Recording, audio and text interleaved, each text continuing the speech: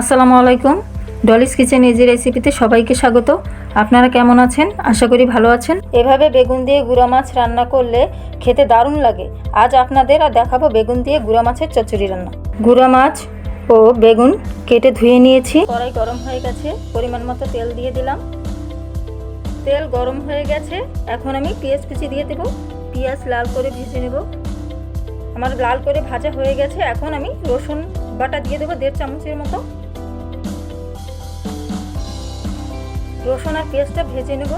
আমার ভাজা হয়ে গেছে, এখন আমি পরিমাণ মতো পানি দিয়ে দেবো মশলা কষানোর জন্য।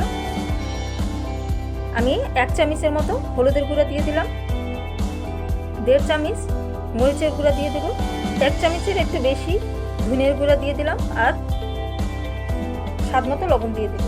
এখন আমি মশলাটা ভালো মতো কষিয়ে নেব। আমার মশলা কষানো হয়ে গেছে, এখন আমি বেগুনগুলো দিয়ে দেব।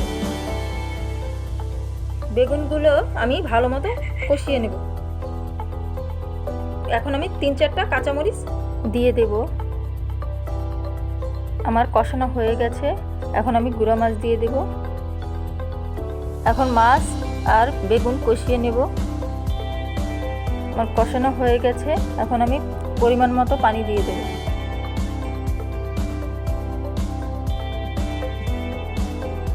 ঝোল ফুটে উঠেছে,